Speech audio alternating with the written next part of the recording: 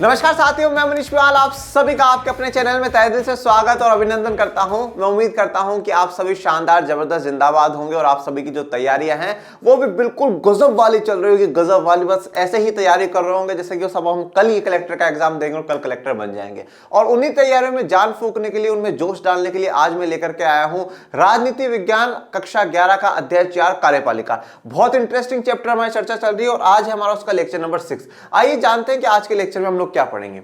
हम लोग पढ़ रहे थे राष्ट्रपति के विशेषाधिकार या राष्ट्रपति की विशेष शक्तियां, स्पेशल पावर क्या है हमारे भारत के राष्ट्रपति के पास। तो इसमें 3 विशेषाधिकार या विशेष शक्तियां राष्ट्रपति जी की बताई थी।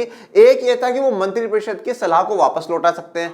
दूसरी आज हम लोग चर्चा करेंगे वीटो की शक्ति। ये वीटो है क्या, इसको जानेंगे हम। फिर बात करेंगे कि प्रधानमंत्री जी की जो नियुक्ति होती है उसमें राष्ट्रपति जी का क्या रोल है और कब राष्ट्रपति जी के पास वो स्पेशल पावर आ जाती है कि वो किसको प्रधानमंत्री नियुक्त करते हैं। आई इन्हीं सभी पर हम चर्चा करेंगे। इसके अलावा हम चर्चा करेंगे 1986 के पोस्टल जो कानून आया था, विधेयक आया था, उसकी भी हम लोग चर्चा करेंगे। हम इसमें बात करेंगे ज्ञानी जेल सिंह जी की, आज हम बात करने वाले हैं। हम बात करने वाले हैं के.आर. नारायण जो भारत के राष्ट्रपति रहे, ज्ञानी जेल सिंह जी भी भारत के राष्ट्रपति रहे। हम अटल बिहारी वाजपेयी जी की बात करेंगे। आज का टॉपिक सच में काफी पॉपुलर हस्तियों को कवर करने वाला है और सब पर थोड़ी थोड़ी चर्चा हम लोग करने वाले हैं। ठीक है, चलिए तो शुरू करते हैं आज के धमाकेदार लेक्चर को।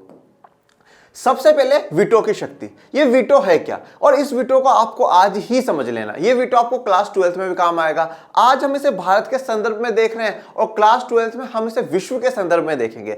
आप लोगों ने संयुक्त राष्ट्र संघ में सुना होगा कि चाइना के पास वीटो है। ये वीटो है क्या? ये वीटो है, अगर मैं अपनी भाषा में बोलूं तो टांग अड़ाने वाला मामला है। जहां बीच में हम लोग पैर कर देते ना, बस वो वाला मामला है। मतलब किसी का काम नहीं होने देंगे हम।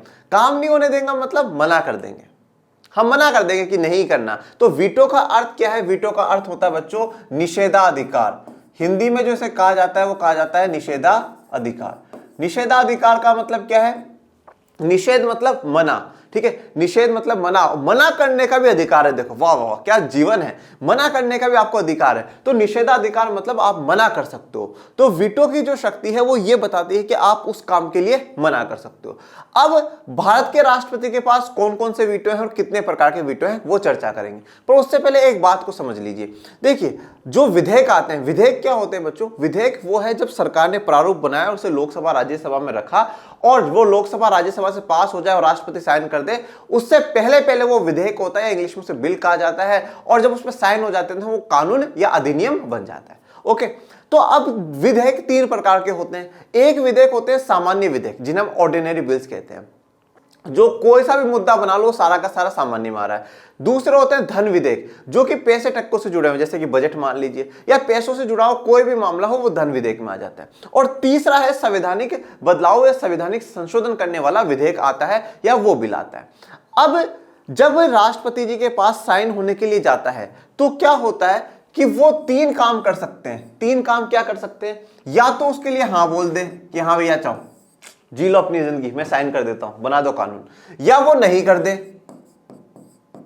मना कर दे कि बोले नहीं कर रहा, क्या कर लोगे नहीं करता हूं। और तीसरा, जाओ वापस सोच समझ करके आओ।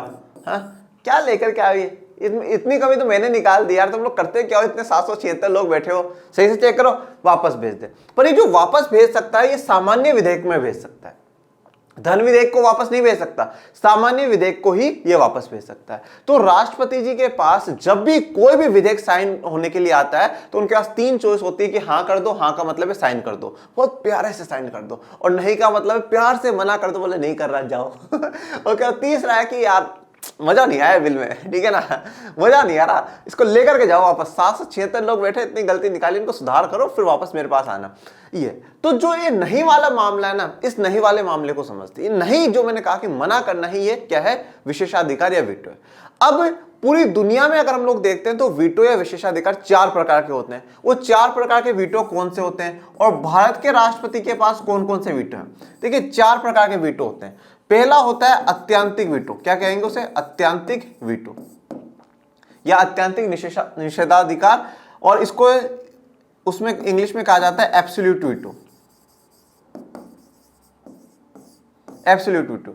एब्सोल्यूट वीटो का मतलब यह हो गया कि भाई उन्होंने क्या कर लिया, अपने पास सुरक्षित रख लिया। अपने पास सुरक्षित रखने का अर्थ यह हो गया कि उन्होंने साफ तौर पे मना कर दिया। देखिए आप जब इनको आगे की लैंग्वेज पढ़ेंगे जब पॉलिटिकल साइंस की किताबों की, एम लक्ष्मीकांत या और हो गए, तो वो लिखते हैं कि विथ होल्ड असेंट, असेंट का मतलब होता है परमिशन देना, विथ होल्ड असेंट अपने पास सुरक्षित रखना। अपने पास सुरक्षित रखने का मतलब मैं साइन नहीं कर रहा हूं, जाओ, मना कर दिया। मतलब अत्यंतिक वीटो वो होता है अत्यंतिक जिसमें साफ तौर पे क्या कर दिया जाए, मना कर दिया जाए कि नहीं नहीं भैया मैं तो साइन नहीं कर रहा हूं। फिर दूसरा होता है विशेषित वीटो, विशेषित वीटो, इसे इंग्लिश में कहा जाता है क्वालिफाइड वीटो। इस पे अभी चर्चा करेंगे। एक बार तीसरा और देखिए, तीसरा आता है बच्चों निलंबनकारी, निलंबनकारी विशेषाधिकार, यह इसे कहा जाता है सस्पेंसिव वीटो, सस्पेंसिव वीटो। और जो लास्ट वाला है, ठीक है, कौन कौन से होंगे, अत्यंतिक, विशेषित और निलंबनकारी। और फिर एक है भैया पॉकेट वीटो। अब पॉकेट वाले को इंग्लिश में भी पॉकेट ही कहेंगे और हिंदी में पॉकेट कहेंगे, तो ऐसा नहीं है तुम अपना ज्यादा दिमाग लगाओ और पॉकेट वीटो को हिंदी में लिखाओ जेब वाला वीटो, जेब निषेधाधिकार, ऐसे वीटो मत लगा देना, ठीक है ना। देखिए अब चारों को समझते हैं। इसमें साफ तौर पे मना कर दिया कि बोले साइन नहीं कर रहा हूं। अब क्या होता है, ये जो दो कंडीशन है ना, इन दो कंडीशन में वो बिल वापस भेजता है, ठीक है, विशेषित में और निलंबनकारी में बिल वापस भेजा जाता है। निलंबनकारी में क्या है कि वो वापस बिल पास होकर के आ जाए, चाहे वो साधारण बहुमत से आ जाए। साधारण बहुमत का मतलब क्या है कि जितने प्रेजेंट है, जितने लोग प्रेजेंट है उसका 50% हाँ कर दे और वापस बिल को भेज दे। तो साधारण बहुमत से भी पास होकर के आ गया तो भारत के राष्ट्रपति को साइन करना पड़ेगा। पर यहां पर विशेषित बहुमत या विशेषित जो वीटो होता है उसमें आपको उच्च बहुमत लेना होता है। मतलब आप साधारण बहुमत से नहीं काम चलेगा, आपको 2/3 या टोटल का 50% इस प्रकार के बहुमत की आपको आवश्यकता होगी। मतलब आप आसानी से वापस उस बिल को पास नहीं करवा सकते। परंतु ये जो विशेषित या क्वालिफाइड वीटो है ये भारत के राष्ट्रपति के पास नहीं, ये अमेरिका के राष्ट्रपति के पास है। अगर जो बाइडेन वापस संसद में कोई बिल भेजता है तो उस संसद को 2/3 या 50% टोटल का फिर उसको कर करके भेजना पड़ेगा। मतलब आपको जितनी मेजोरिटी, जितने बहुमत से आपने अभी पास करा करके भेजा, आपको उससे ज्यादा को पास करवा करके आपको भेजना पड़ेगा, तभी मैं इस पे साइन करूंगा। और भारत के राष्ट्रपति के पास निलंबनकारी वीटो है या सस्पेंसिव जो वीटो है, निलंबनकारी वीटो उसके पास है, जिसमें वो साधारण बहुमत से फिर भी पास होकर के आ जाए, फिर राष्ट्रपति साहब क्या है बाध्य हो जाएंगे, उनको उस पर साइन करना ही पड़ेगा। तो ये दो सिचुएशन तब होती है जब क्या करा गया, बिल वापस भेज दिया गया। इसमें साफ मना कर दिया गया। पॉकेट वीटो क्या कहता है, पॉकेट वीटो कहता है कि मैं रख करके भूल चुका हूं, मैं जेब में रख करके भूल चुका हूं कि मेरे जेब में रखा हुआ है। इन द सेंस इसका मतलब ये होता है कि राष्ट्रपति जी ये कहेंगे कि मैंने अभी इस बिल पे देखा नहीं है, मैं पढ़ नहीं रहा हूं। देखिए एक्चुअल में भारत के संविधान ने ये कहा है कि राष्ट्रपति जी बिल पर साइन करेंगे और तभी वो कानून बनेगा। पर भारत के संविधान में कहीं पर भी ये मेंशन नहीं है कि 10 दिन में करके देना है, 1 महीने में करके देना है, 6 महीने में करके देना है, 1 साल में करके देना है, 5 साल में करके देना है। टाइम लिमिट तो कहीं बताई नहीं है ना। तो वो इसी टाइम लिमिट, इसी चीज का फायदा उठाते हुए राष्ट्रपति जी काफी जो गलत कानून होते हैं उनको रोक लेते हैं। तो अब इसमें होता यह है कि संसद ने बिल भेजा कि सर इस पर साइन कर दीजिए।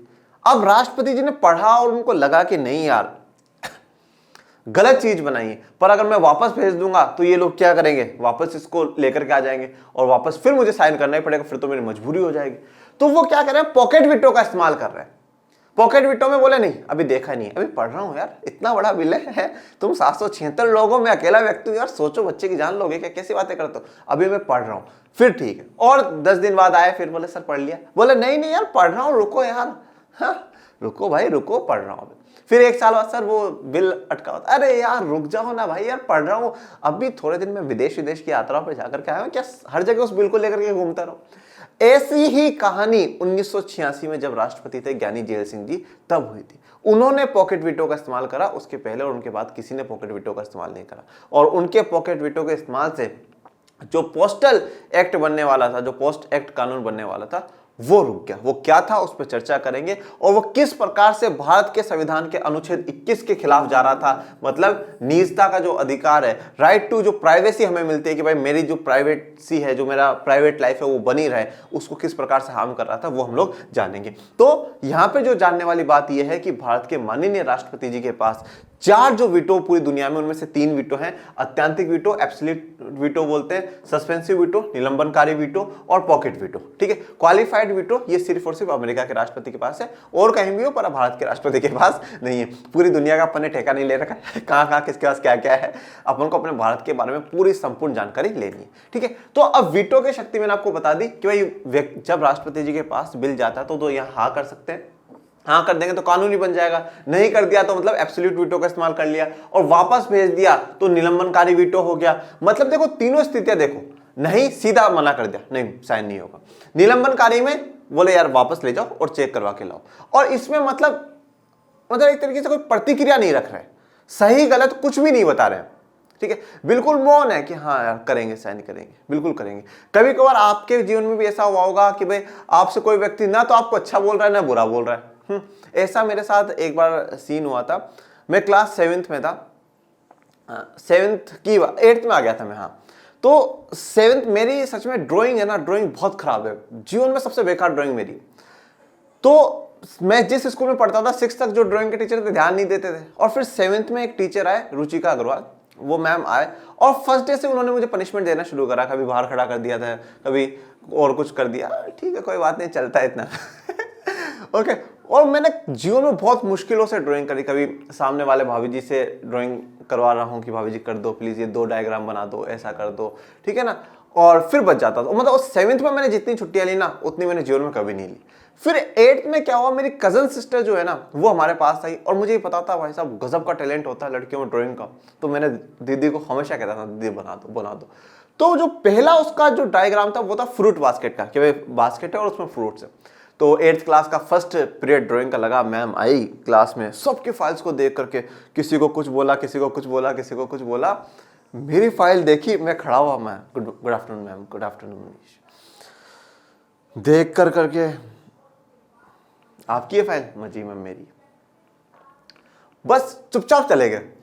फिर मतलब वहां पे ये भी नहीं बोला कि अच्छा बनाया है बुरा बनाया है, तो मैं 2 मिनट तक खड़ा रहा, 5 मिनट तक खड़ा रहा, फिर मैं गया, मैम आपने कुछ बोला नहीं तो वो क्या कहते हैं, आपने बना लिया वही बहुत है, बोलना क्या तो मतलब वो बिल्कुल मौन वाली स्थिति है ना, कि भाई आपको ना अच्छा ना बुरा, तो बस पॉकेट वीटो वही है, ना तो उस बिल में कमी बता रहे हैं ना बिल की अच्छाई कर रहे हैं, तो वो कहीं ना कहीं उनको लग रहा है कि हाँ यार इस बिल को रोक लेना चाहिए, तो वहां पॉकेट वीटो का इस्तेमाल होता है। हाँ, मेरा ड्राइंग में ही थोड़ा सा बेकार रहा, बाकी मेरा सब में बहुत अच्छा रिजल्ट, हमेशा से बहुत अच्छा परफॉर्मेंस रहा है। ठीक है ना, तो ऐसा मत सोचना मनीष सर को भी काफी पनिशमेंट मिले, ठीक है, और मिलते हैं थोड़े बहुत तो, ठीक है। और फिर बाद में जब मैं 10th में आया था, उन मैम की शादी में मैं बढ़िया खाना वाना खा करके आया, बहुत अच्छा जीवन रहा मेरा, ठीक है। चलिए तो आगे आ जाइए। दूसरा, पहली शक्ति हम लोगों ने लास्ट लेक्चर में पढ़ ली थी, दूसरी, राष्ट्रपति के पास वीटो की शक्ति निषेधाधिकार होती है, जिससे वह संसद द्वारा पारित विधेयकों, धन विधेयक को छोड़कर वह स्वीकृति देने में विलंब कर सकता है या स्वीकृति देने से मना कर सकता है। तो देखो मैंने आपको क्या कहा कि या तो वो हाँ कर सकता है या वो नहीं कर सकता है, तो विलंब कर सकता है, और या वो वापस भेज सकता है, ठीक है ना। तो वो विलंब कर सकता है और स्वीकृति देने से मना कर सकता है। जब वो विलंब कर रहा है, जब वो कि भाई विलंब का मतलब क्या होता है, डिले कर रहा है, करेंगे करेंगे करेंगे, तो ये तो क्या हो जाता है, ये तो हो गया बेटा पॉकेट वीटो, ये क्या है पॉकेट वीटो। और वो स्वीकृति देने से मना कर रहा है, तो स्वीकृति देने से मना कर रहा है तो कौन सा है, अत्यंतिक वीटो या एब्सोल्यूट वीटो, एब्सोल्यूट वीटो। और अगर वो वापस भेजते हैं तो वो कौन सा आ जाएगा, सस्पेंसिव वीटो, सस्पेंसिव वीटो। मैं आपको पूरी गारंटी के साथ कह रहा हूं, आप पूरा यूट्यूब खांग लीजिएगा, आप चाहे किसी भी ऑफलाइन कोचिंग में चले जाइएगा, 11th में जितना डीप में जाकर के और जितनी आसान और सरल भाषा में मैं आपको बता रहा हूं ना, कोई नहीं बता रहा, ठीक है ना। नहीं तो ये आप घूमते रह जाओगे, विलंब क्यों कर सकता है, लेट क्यों कर रहा है ऐसे कैसे कर सकता है, ठीक है और स्वीकृति देने से मना क्यों कर रहे हैं राष्ट्रपति जी, तो ये उनके पीछे सारे जो कारण है वो सब कुछ आपको बताया। संसद द्वारा पारित प्रत्येक विधेयक को कानून बनने से पूर्व राष्ट्रपति की स्वीकृति के लिए भेजा जाता है, राष्ट्रपति उसे संसद को लौटा सकता है। अब संसद को लौटा सकता है तो वो कौन सा हो गया बच्चों, सस्पेंसिव वीटो।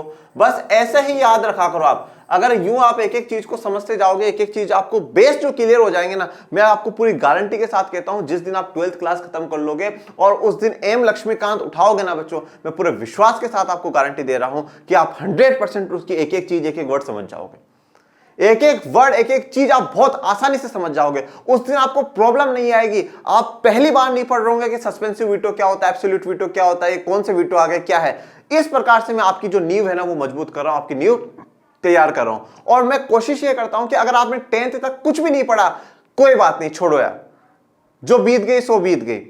10 तक नहीं पढ़ा, भूल जाओ, पर अब ऐसा पढ़ो कि एक एक चीज को बिल्कुल बेसिक से क्लियर करते हुए चलना है अपन लोगों को, ठीक है। तो ये भारत का संविधान ये कहता है कि संसद के 3 भाग होंगे, ठीक है, लोकसभा, राज्यसभा और माननीय राष्ट्रपति साहब। तो लोकसभा, राज्यसभा जब बिल को पास कर देंगे, विधेयक को पास कर देंगे, तो प्रेसिडेंट साहब के पास, राष्ट्रपति साहब के पास क्या होगा, साइन होने के लिए जाएगा। हमने देखा कि विधेयकों को स्वीकृति देने के संबंध में राष्ट्रपति पर कोई समय सीमा नहीं है। यह बात मैंने अभी आपको कही कि राष्ट्रपति पर कोई भी टाइम लिमिट या टाइम बाउंडेशन नहीं लगाई भारत के संविधान ने कि भाई आपको 6 महीने के अंदर ही आपको बिल को लौटाना होगा, आपको 4 महीने में लौटाना होगा, आपको 1 साल में लौटाना होगा, आपको 20 दिन में लौटाना होगा, ठीक है, या आपको अपने कार्यकाल पूरा करने से पहले सारे बिल जो पेंडिंग से उनको पेंडेंसी खत्म करनी होगी। ऐसा कुछ भी नहीं कहा, तो समय सीमा नहीं है। अब देखिए संविधान निर्माताओं का विजन देखिए, सोच देखिए, बिल्कुल टाइम लिमिट ना देकर के पावर देगे ना राष्ट्रपति को, प्रेसिडेंट को पावर देगे ना, पॉकेट विटो ऐसी पावर देगे जो गजब की पावर है, पूरे संसद में सबसे पावरफुल बना दी, गजब की पावर देगे ना। तो ये विजन है संविधान निर्माताओं का। अब टाइम लिमिट क्यों नहीं लगाई, वो आपको दिख रहा है कि भाई देखो, कोई भी अगर गलत कल को कोई संसद कानून बनाए तो राष्ट्रपति रोक सकता है। देखिए अगर हम पूरी ईमानदारी से काम करते हैं, चाहे हम किसी भी क्षेत्र में, हम टीचर हो, हम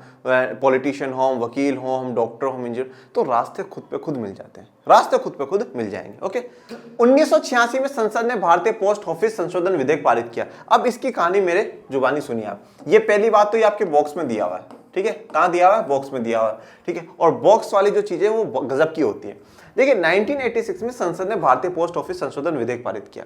अब पहले एक बात सुनिए, उस समय जो राष्ट्रपति थे वो थे ज्ञानी जैल सिंह जी। कौन थे, ज्ञानी जैल सिंह जी।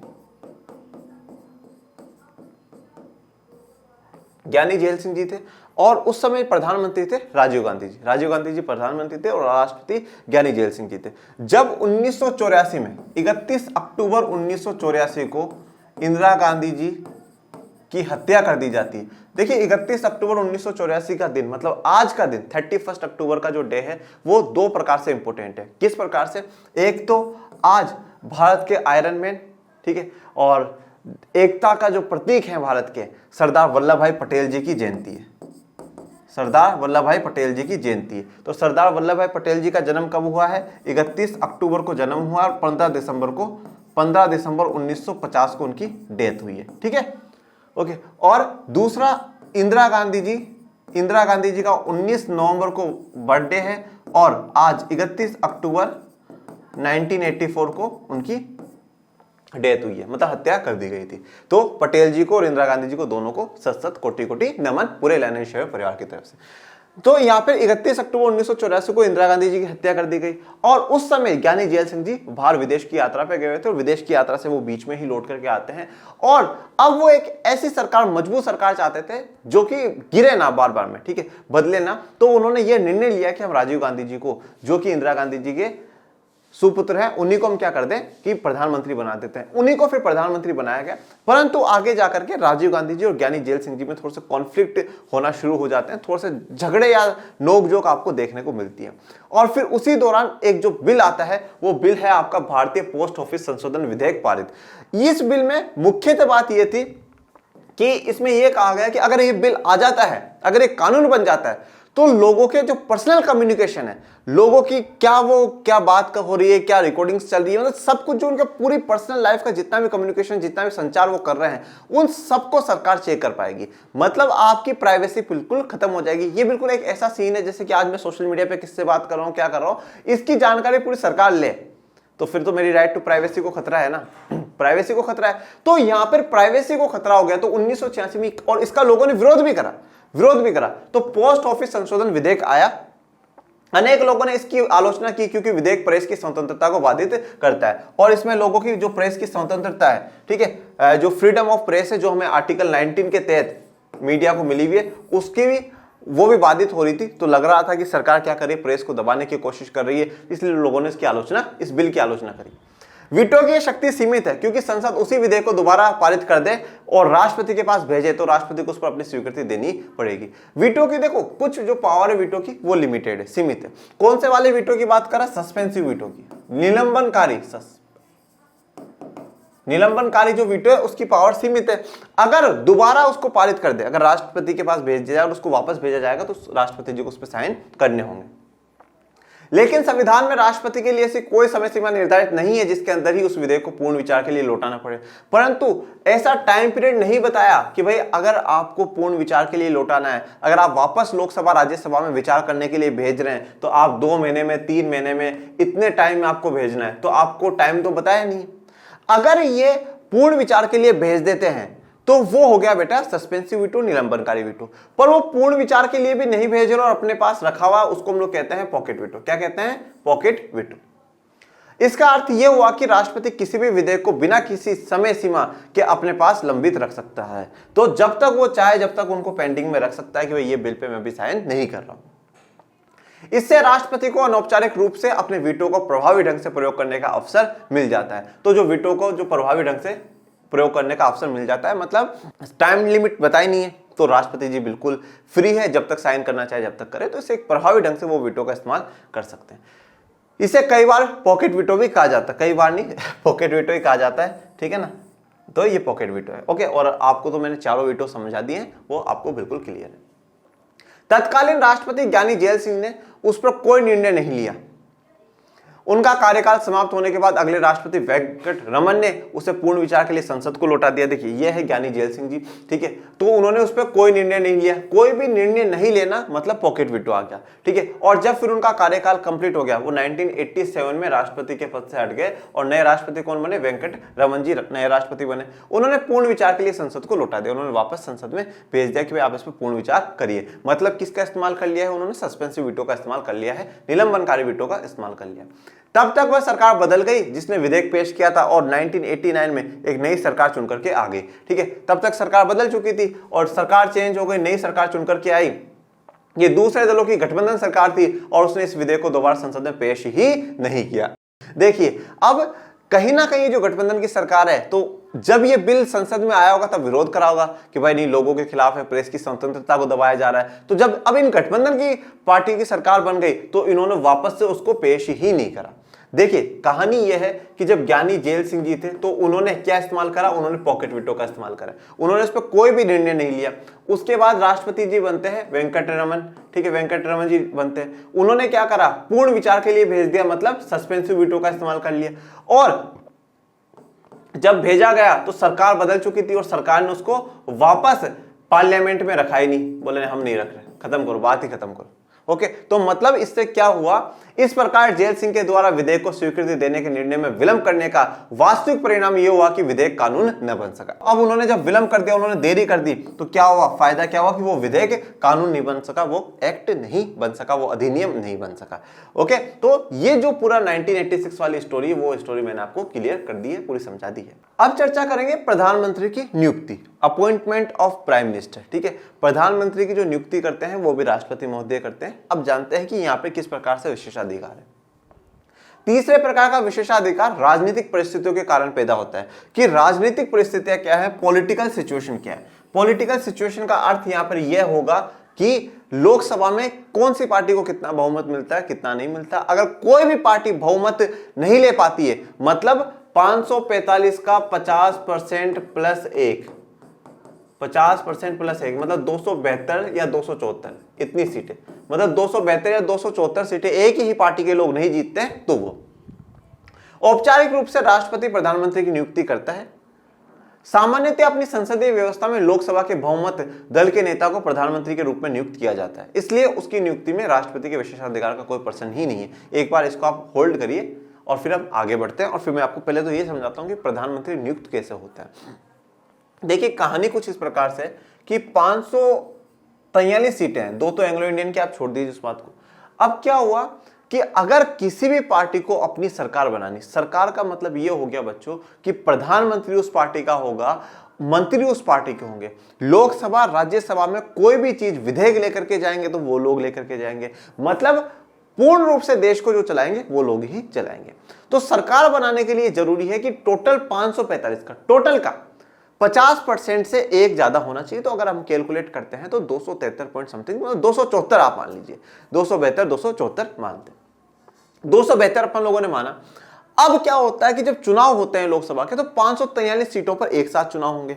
अब जब एक साथ चुनाव होते हैं तो क्या होता है कि यहां पर बीजेपी भी अपना कैंडिडेट खड़ा करती है, इंडियन नेशनल कांग्रेस भी खड़ा करती है, आम आदमी पार्टी भी खड़ा करती है और बाकी जो अदर पार्टीज हैं वो भी खड़ा करती है। ठीक है, और देखिए जरूरी भी नहीं है कि सारी जगह खड़ा करे, हो सकता है बीजेपी 543 में से 400 जगह खड़ा कर दे, आईएनसी भी 400 जगह खड़ा कर दे, आम आदमी पार्टी भी 400 जगह खड़ा कर दे, कोई जरूरी भी नहीं, क्योंकि जीतने के लिए तो, सरकार बनाने के लिए तो 272 273 चाहिए।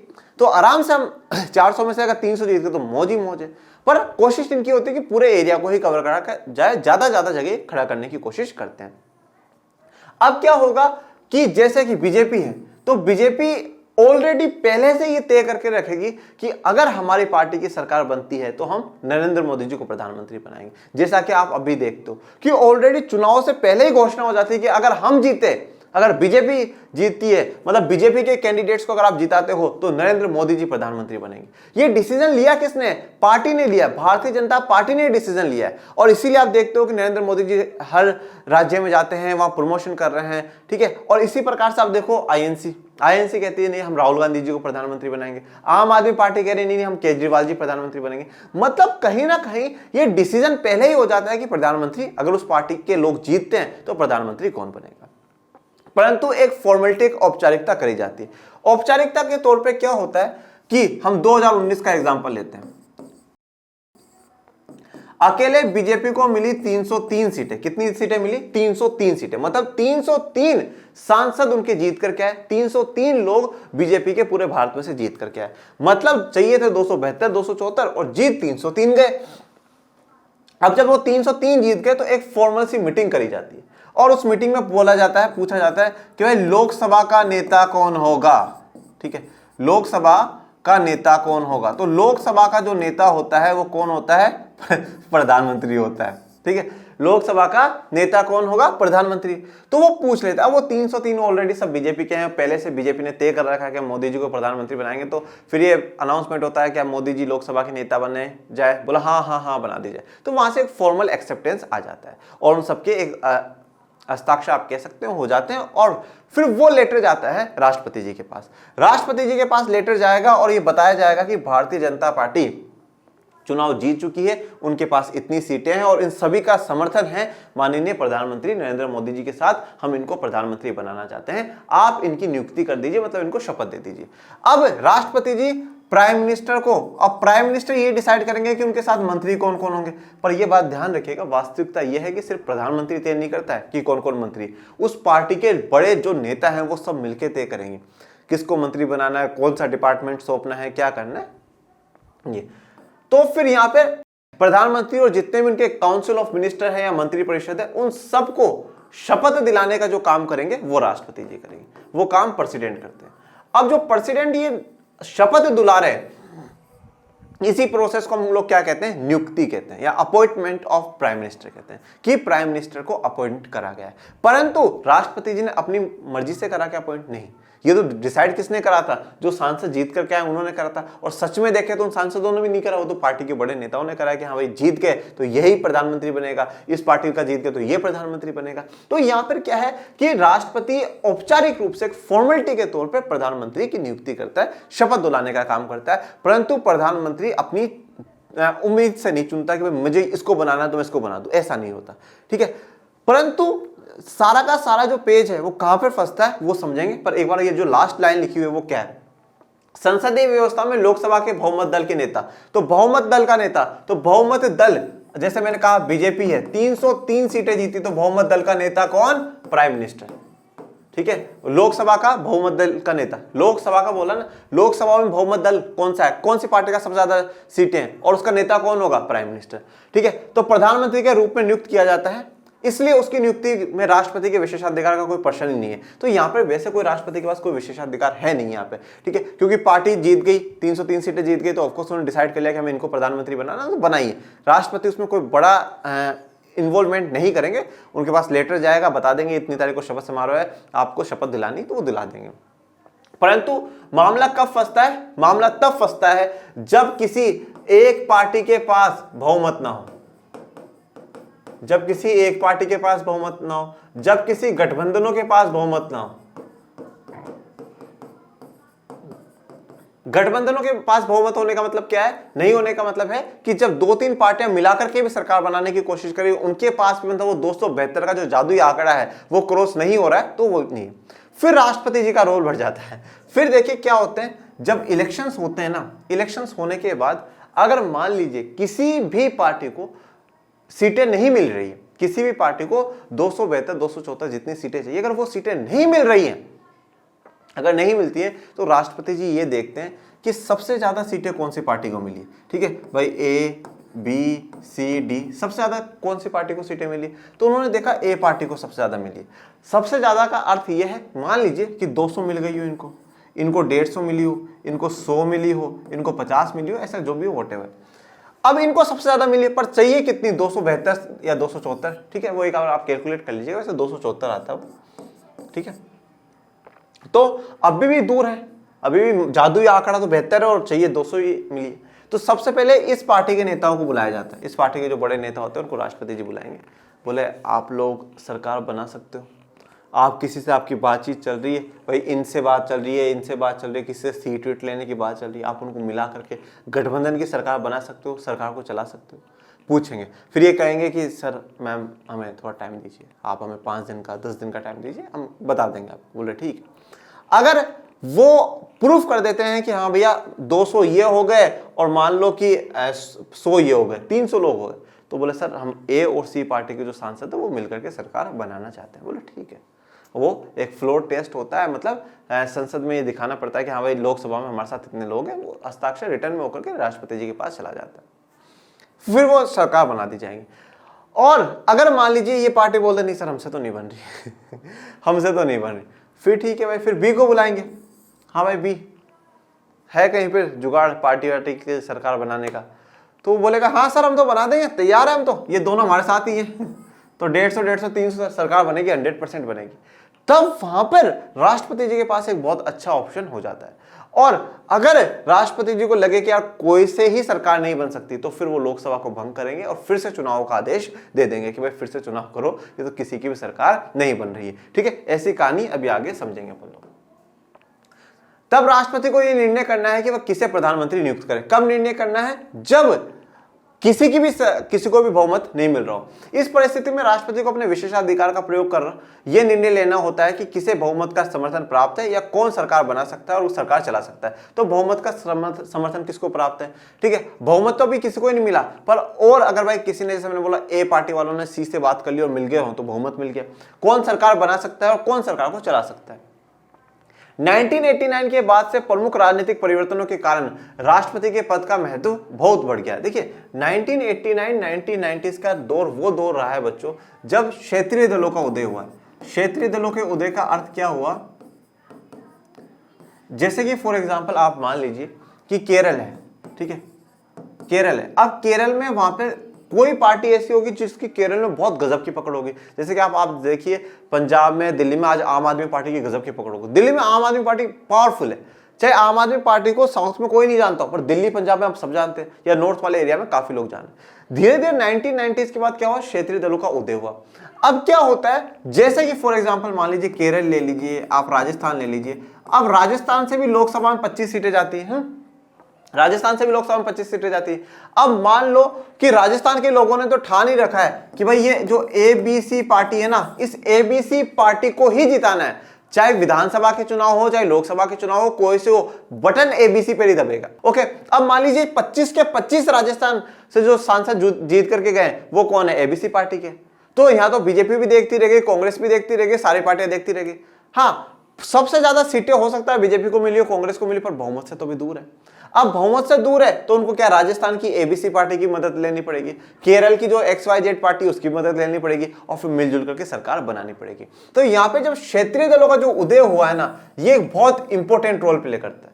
ठीक है, तो यहाँ पर आसानी से बड़ी पार्टियां पूरे में बहुमत नहीं ले पाती है। बहुमत मिलना अब थोड़ा सा मुश्किल सा हो जाता है। और आप देखिएगा कि 1989 के बाद 1984 के इलेक्शंस में बहुत बड़ा बहुमत मिला, उसके बाद 89 के बाद इलेक्शंस में बहुमत नहीं मिला, और फाइनली फिर 2014 में जाकर के हमें बहुमत देखने को मिलता है, जब नरेंद्र मोदी जी प्रधानमंत्री बनते हैं पहली बार, तब 2014 में फिर से हमें बहुमत देखने को मिलता है। 2004 से 14 के बीच में जो कांग्रेस सरकार है, जो कांग्रेस की गठबंधन सरकार है, उनको भी पूरा बहुमत नहीं था।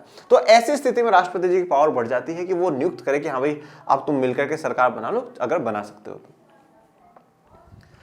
1989 से 1990 तक हुए 4 संसदीय चुनावों में किसी भी एक दल या दलीय गठबंधन को लोकसभा में स्पष्ट बहुमत नहीं मिल सका। देखिए आप 89 से 98 कितने साल है? 9 साल है। 9 साल में 4 बार चुनाव हो गए बच्चों, और होने एक बार ही चाहिए थे, क्योंकि 5 साल बाद होते हैं, पर हुए 4 बार। क्यों? क्योंकि सरकारें बन नहीं पाई, टिक नहीं पाई, स्थायी सरकारें नहीं थी। संसदीय चुनाव में एक दल या दलीय गठबंधन को लोकसभा में स्पष्ट बहुमत नहीं मिल सका। तो इनमें ना तो किसी एक दल को स्पष्ट बहुमत मिला, और ना कोई दलीय गठबंधन को, मतलब 3-4 पार्टियों को मिलाकर के बनी हो, उनको किसी को भी गठबंधन को पूरा बहुमत नहीं मिल पाया। इन परिस्थितियों की मांग थी कि राष्ट्रपति हस्तक्षेप करके या तो सरकार का गठन कराए, या फिर प्रधानमंत्री द्वारा लोकसभा में बहुमत सिद्ध न कर पाने के बाद उसकी सलाह पर लोकसभा भंग कर दे। अब यहाँ पर राष्ट्रपति जी का हस्तक्षेप कर सकते हैं। अब राष्ट्रपति जी इंटरफेयर करेंगे, बुलाएंगे एक एक पार्टी के लोगों को, भाई है सरकार बनाने की इच्छा तो बनाओ, अगर बना सकते हो तो, नहीं तो बात खत्म करो। तो अगर या तो सरकार का वो गठन करवाएंगे, सरकार बनवा देंगे, और नहीं तो फिर वो लोकसभा को भंग कर देंगे। प्रधानमंत्री का जो भी दावेदार होगा या जो पहले प्रधानमंत्री थे उनसे पूछताछ करके वो लोकसभा को भंग कर देंगे, बोले फिर से चुनाव कराओ, किसी से भी सरकार नहीं बन पा रही। अतः ये कहा जा सकता है कि राष्ट्रपति का विशेषाधिकार राजनीतिक परिस्थितियों पर आधारित है। तो सब कुछ ही जो डिपेंड करता है वो पॉलिटिकल सिचुएशन पर डिपेंड करता है। पॉलिटिकल सिचुएशन कैसी है? अगर किसी पार्टी को बहुमत मिल गया तो राष्ट्रपति जी का कोई विशेषाधिकार नहीं है यहाँ पर, और नहीं मिला तब फिर राष्ट्रपति जी पावरफुल हो जाएंगे। जब सरकार स्थायी ना हो और गठबंधन सरकार सत्ता में हो, तब राष्ट्रपति के हस्तक्षेप की संभावनाएं बढ़ जाती है। देखिए जब सरकार स्थायी ना हो मतलब स्टेबल नहीं है, ठीक है, बार बार में सरकार गिर रही है, फिर बन रही है, जैसे 1989 से 1998 तक देख रहे हैं, और गठबंधन सरकार सत्ता में हो। गठबंधन सरकार के देखिए फायदे भी हैं, नुकसान भी है। इसे हम कोएलिशन गवर्नमेंट बोलते हैं इंग्लिश में। जब 2 या 2 से अधिक पार्टियां मिलकर के सरकार बनाती है तो उसे हम गठबंधन सरकार या कोएलिशन गवर्नमेंट कहते हैं। इसके पहली बात बताऊं, फायदा क्या है? फायदा यह है, पहला, क्षेत्रीय दलों को सम्मान मिलना शुरू हो गया। नहीं तो क्या होता था कि जो पार्टी है, जो वर्चस्व है, वो वहां की क्षेत्रीय दलों के कोई वैल्यू ही नहीं समझती थी। राज्य सरकार को कभी भंग कर दिया अगर दूसरी पार्टी की बनी हुई है, तो वैल्यू बहुत कम कर रखी थी। क्षेत्रीय दलों की वैल्यू बढ़ गई, क्योंकि लोकसभा में भी लोग, वहां के लोग उन्हीं को वोट कर रहे हैं, तो अब लोकसभा में बड़ी पार्टी को उनकी जरूरत पड़ने लगी, तो क्षेत्रीय दलों का उदय हुआ। दूसरा, जब ये क्षेत्रीय दलों का उदय हुआ, अब जैसे मान लीजिए केरल से कोई पार्टी जीत करके आई, अब केरल की पार्टी का अगर समर्थन लिया है केंद्र में सरकार बनाने के लिए, उनका तो एक ही मुद्दा है, हमारी भाषा के साथ कोई छेड़खानी नहीं होनी चाहिए। मैंने क्या कहा है कि अगर उत्तर में राजनीति जाति और धर्म पे चलती है तो दक्षिण की राजनीति भाषा पे चलती है। भाषा वहां बहुत सेंसिटिव मुद्दा है, बहुत सेंसिटिव मुद्दा है। तो अब क्या होगा कि जो दक्षिण की भाषा है उनका भी सम्मान करा जाएगा, उनको भी रेस्पेक्ट दी जाएगी, दक्षिण के जो मुद्दे हैं उनको भी रेस्पेक्ट दी जाएगी। तो कहीं ना कहीं आप ये कह सकते हो कि सबका प्रतिनिधित्व सही मायनों में होता है। और इसके नुकसान अगर मैं बात करूं तो नुकसान ये है कि सरकारें सही से काम नहीं कर पाती। खुल करके जो डिसीजन हम कहते हैं ना, ओपन डिसीजन लेने चाहिए, वो ओपन डिसीजन नहीं ले पाती, क्योंकि सरकार को लगता है ये सही है, तो फिर वो उस पार्टी को बोले नहीं ये करोगे तो मैं तो हट जाऊंगा, सरकार गिर जाएगी, बोले ठीक है भाई मत करो। फिर कोई काम सरकार करने लगे, बोले ये भाई ये मत करना, मेरी सरकार इन चीजों के खिलाफ है, मेरे लोगों को क्या मुंह दिखाऊंगा, हट जाओ, मैं तो हट जाऊं। तो खुल करके डिसीजन नहीं ले पाते। जब एक ही पार्टी की सरकार होती है तो एक ही विचारधारा के लोग होते हैं, और वो क्या करते हैं कि हाँ वो लेना तो लेना है, किसी के दबाव में नहीं, तो उसके फायदे और नुकसान दोनों ही होते हैं। ये आपके बॉक्स में दिया हुआ है, एक जो स्टोरी बता रखी है उसकी चर्चा कर रहे हैं। 1977 के बाद भारत की दलीय राजनीति में प्रतिस्पर्धा काफी बढ़ गई, ठीक है, तो कंपटीशन बढ़ गया 1977 के बाद। और ऐसे अनेक उदाहरण हैं जब लोकसभा में किसी भी दल को बहुमत नहीं मिला, और ऐसे आपको काफी उदाहरण देखने को मिलेंगे जब लोकसभा में किसी भी दल को बहुमत नहीं मिलता है। इन परिस्थितियों में राष्ट्रपति ने क्या किया? मार्च 1998 के चुनाव में किसी भी दल या दलीय गठबंधन को बहुमत नहीं मिला। तो जो मार्च 1998 के चुनाव हुए उसमें किसी दल या दलीय गठबंधन को बहुमत नहीं मिला। भाजपा और उसके सहयोगी दलों को कुल 251 सीटें मिली, जो बहुमत से 21 कम थी।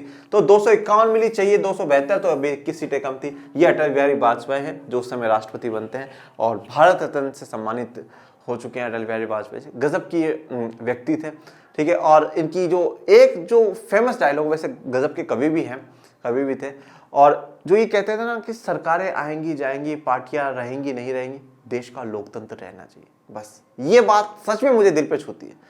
एक नंबर बात इन्होंने कही कि पार्टियों को क्या है, आज इसकी सरकार है, कल उसकी सरकार होगी, परसों उसकी होगी, कोई फर्क नहीं पड़ता, पर जो देश का लोकतंत्र है वो लोकतंत्र बना रहना चाहिए। तो यही चीज मैं कहता हूं कि लोकतंत्र को अमर रखिए, और लोकतंत्र देने वाला जो हमें ग्रंथ है ना, वो देश का संविधान है, वो देश का संविधान है। उसको इतना डिटेल से पढ़ो, इतना अच्छे से पढ़ो, और जब आप उसे पढ़ोगे, जितना जानोगे, जितना समझोगे ना, तो आपको ये लगेगा कि हाँ यार, सच में गजब की चीज बना करके गए हमारे पूर्वज, एक नंबर बेहतरीन, ठीक है। तो लोकतंत्र बना रहना चाहिए, देश का संविधान बना रहना चाहिए। राष्ट्रपति नारायणन ने एक लंबी प्रक्रिया अपनाई।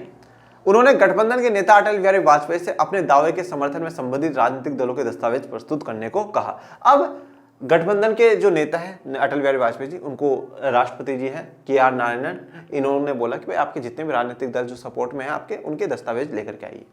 इससे भी आगे जाकर राष्ट्रपति ने वाजपेयी को पद ग्रहण करने के मात्र 10 दिनों के भीतर विश्वास मत पारित करने को कहा, ठीक है। अब प्रूफ कर दिया, और फिर उनको लगा कि नहीं यार, सरकार सही से नहीं लग रही है, तो उन्होंने 10 दिन के अंदर ही क्या है, विश्वास मत पारित करने को कह दिया। विश्वास मत का मतलब है कि आप फ्लो टेस्ट करवाइए और वहां पर शो करिए कि हाँ भाई आपके साथ गठबंधन में है, आपके साथ लोग जुड़े हुए हैं। ओके, अब अपन थोड़ी सी बात KR नारायण जी की करते हैं। KR नारायण जी के लिए अपन थोड़ा सा पीछे चलेंगे, ठीक है। एक्चुअली में वहां पे जगह नहीं है, तो यहाँ पे अपन कवर करते हैं।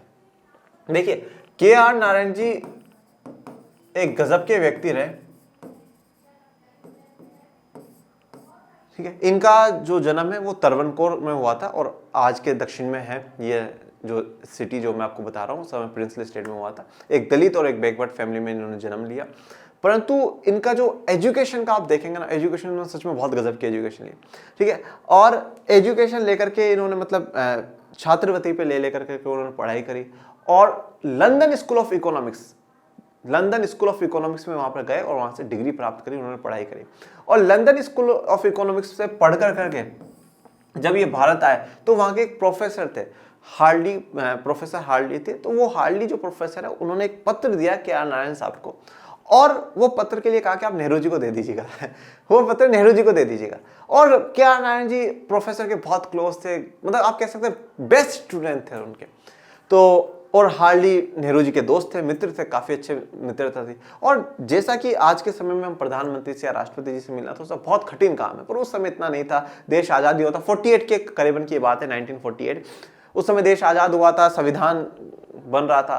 तो कैसे न कैसे करके KR नारायण जी प्रधानमंत्री नेहरू जी से मिल ही लेते हैं। अब नेहरू जी से KR नारायण जी मिलने जाते हैं, वो लेटर थमाते हैं, और उस लेटर में ये लिखा हुआ होता है कि ये गजब का व्यक्ति है। और उस लेटर के बाद उनको KR नारायण जी को IFS इंडियन फॉरेन सर्विसेज में नियुक्त कर दिया जाता है, ठीक है। जो सर्विसेज आप सपना सोच रहे हैं आप UPSC दे करके, तो इनको मतलब इंडियन फॉरेन सर्विसेज में का मतलब है कि आपको विदेशों में भारत का प्रतिनिधित्व करना, आपको अमेरिका भेजेंगे, ब्रिटेन भेजेंगे।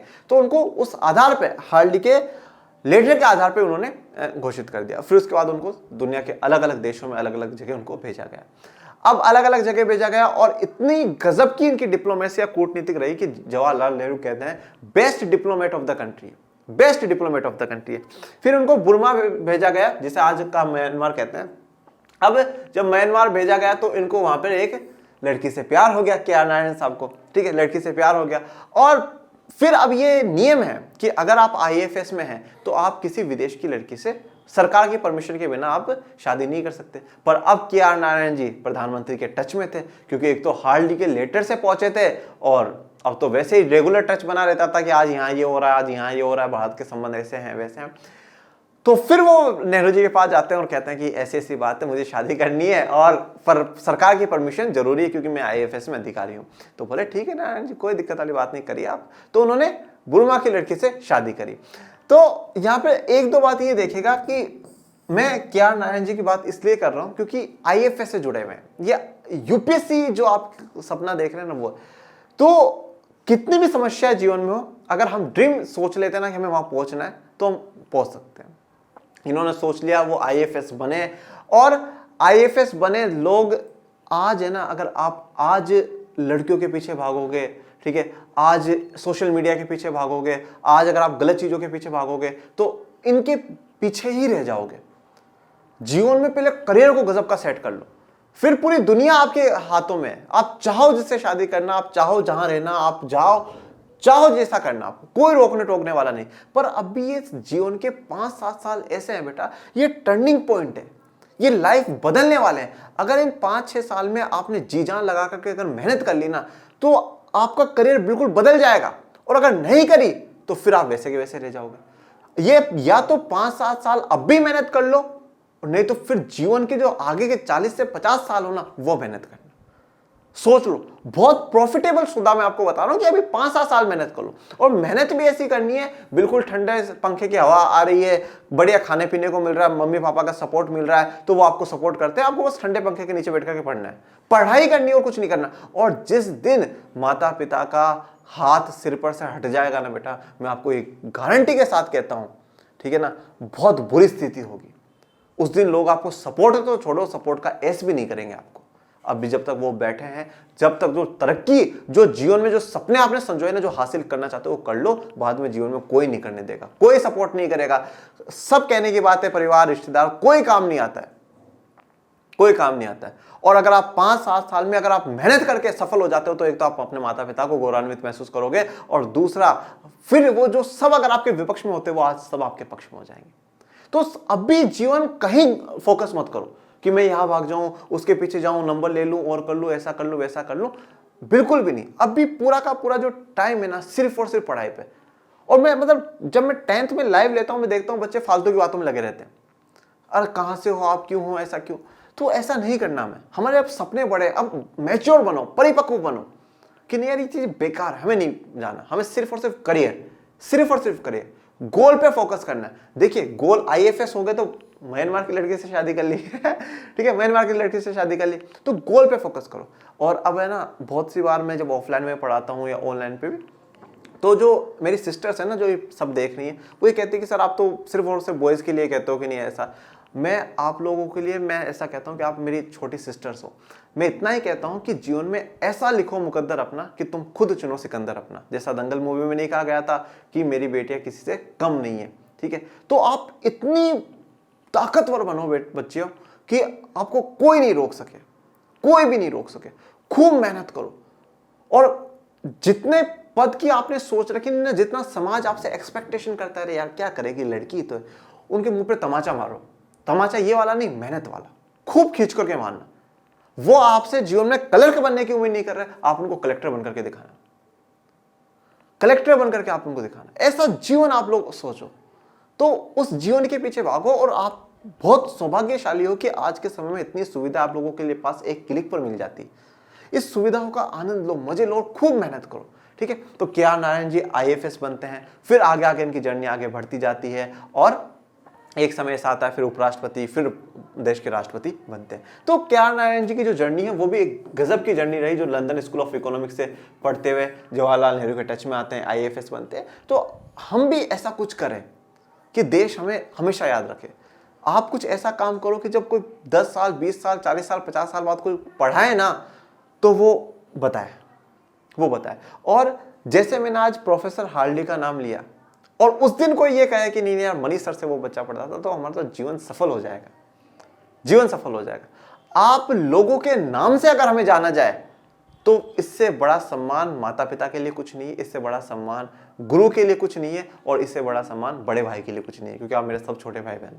तो खूब मेहनत करो, जी जान लगा के मेहनत करो। और कहीं पर भी अगर कोई प्रॉब्लम आती है, कोई चीज समझ में नहीं आती है, तो उसको आप डाउट कमेंट बॉक्स में मेंशन करो कि सर हमें चीज समझ में नहीं आ रही। और ज्यादा से ज्यादा लाइक, शेयर, सब्सक्राइब कर दो, बिल्कुल धमाकेदार तरीके से हर इंसान तक पहुंचाओ, क्योंकि अपन बिल्कुल लो लेवल का तो पढ़ नहीं रहे, बिल्कुल एक हाई लेवल का पढ़ रहे हैं, और आसान भाषा में पढ़ रहे हैं, ठीक है ना। तो लाइक, शेयर, सब्सक्राइब करो, और मिलते हैं नेक्स्ट लेक्चर में। और हमेशा मोटिवेटेड रहना है, ठीक है। और मिलते हैं नेक्स्ट लेक्चर में, तब तक के लिए थैंक यू सो मच। जय हिंद, जय भारत।